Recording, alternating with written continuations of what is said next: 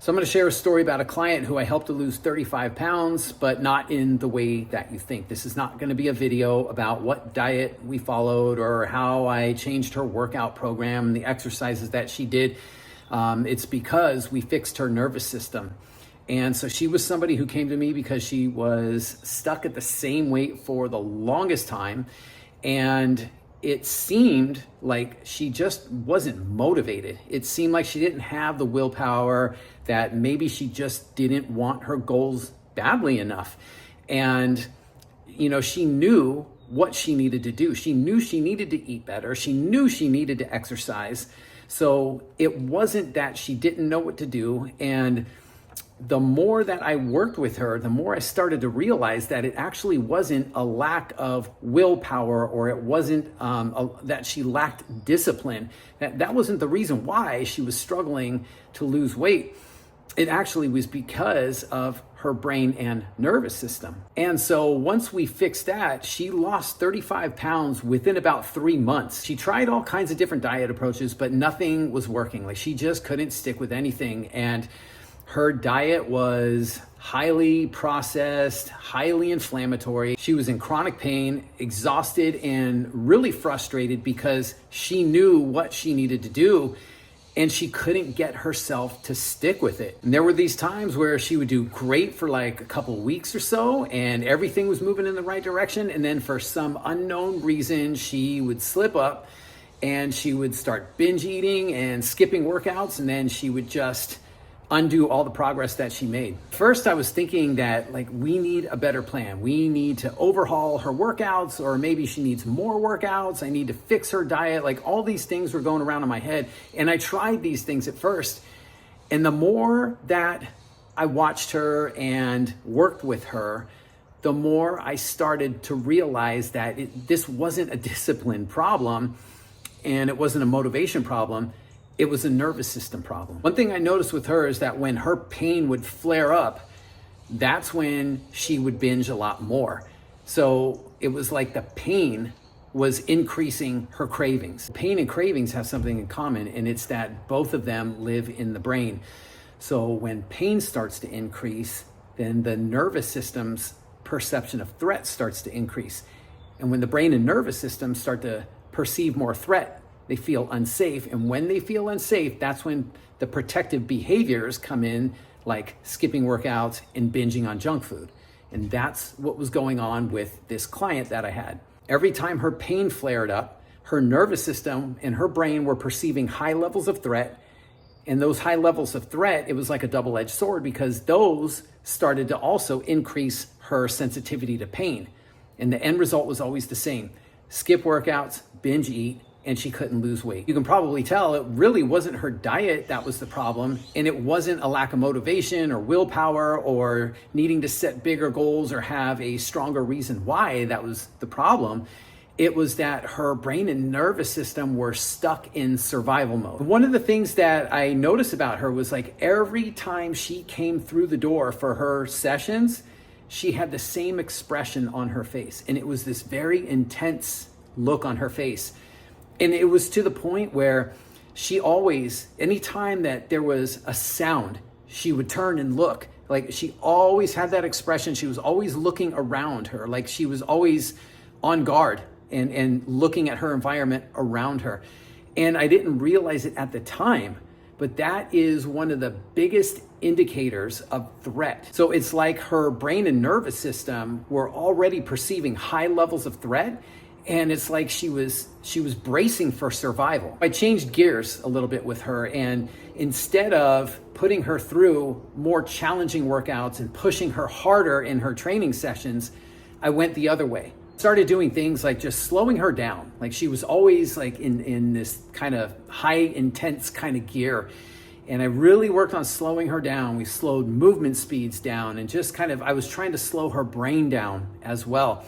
And then another thing that I was doing with her was getting her to slow her breathing down as well.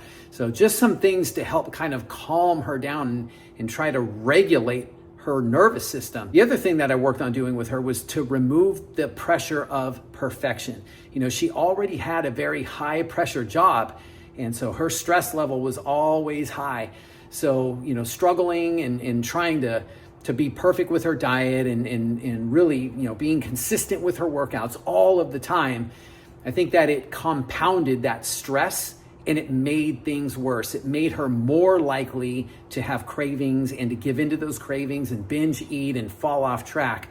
So I really worked on removing that pressure from her.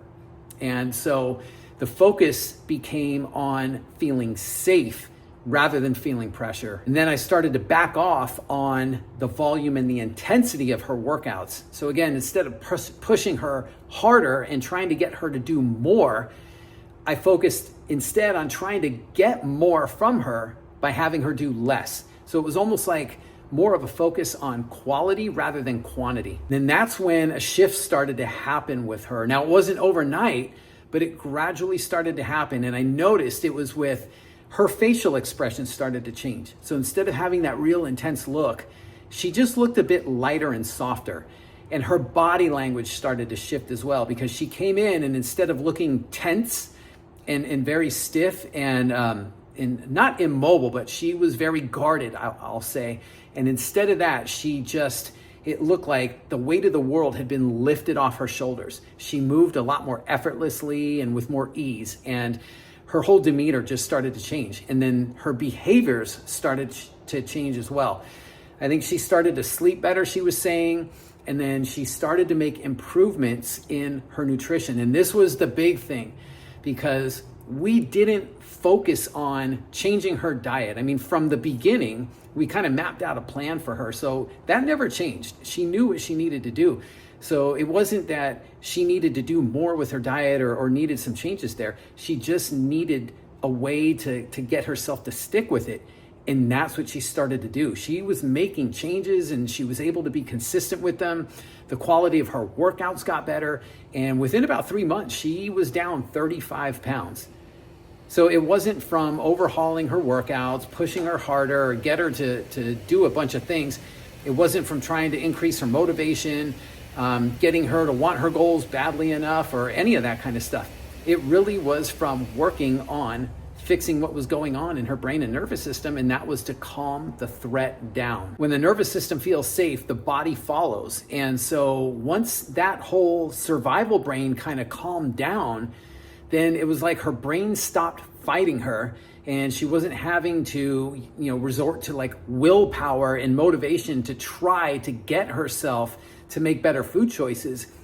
The choices just started to happen more naturally and easier. Here's the science behind why this happens. So the midbrain, which is the survival part of the brain, it reacts to threat, whether it's real or whether it's perceived.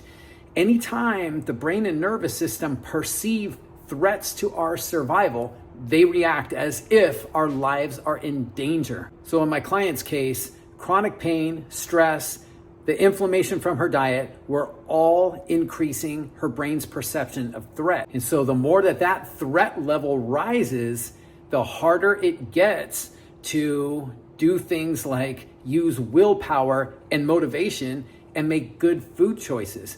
It's like the more that the threat level in the survival brain are activated, the less logic we have access to. It's almost like this whole frontal lobe, the cognitive and part of logical thinking, it's like that whole access to that whole part just shuts down. And so we resort to survival type behaviors. And part of survival behaviors are eating more food. It's like we're trying to hoard food because we want to store it in order to survive. Even though we're not starving, our brain is wired to behave that way and to send signals that drive us to eat. And no matter how much willpower or motivation we try to summon up, yeah, we might get away with it for a little while and be able to avoid giving into the temptation or the cravings. But it's only a matter of time before we give into that. It's like you can't fight the way that your brain is wired. So instead of trying to fight against your brain, the trick is to retrain your brain and try to calm the whole threat signals down, get this midbrain, survival brain to calm down. And in that way, we can get more activation or more access to the whole cognitive and logical part of our brain. And that's where we can make better choices with food. The goal isn't to push harder or to try to do more. It's to decrease threat perception in the brain and nervous system. So if you're a coach working with clients who struggle with things like sabotaging themselves, they fall off their nutrition plan, or they're inconsistent with their training, skipping workouts, canceling sessions, and no matter how much you try to motivate them or talk to them about the importance of their goals, or you give them different food strategies and alternative kind of behaviors, and you work with solutions for them, but they just don't seem to be able to get it to stick, this is why this happens. And it's not really their fault. It's not that they don't want their goals badly enough or that you're doing anything wrong as a coach. It's that them and you're both fighting with fighting against their brain and nervous system. The secret isn't to get them to push harder. It's to get their brain and nervous system to feel safe. Because once you start to do that, everything else starts to fall in place. If you found this video helpful and you'd like to see more videos like this that bridge neuroscience and fitness together so you can help your clients get results by working with their brain and nervous system, not against it, be sure to click the subscribe link below. And in the meantime, check this video out.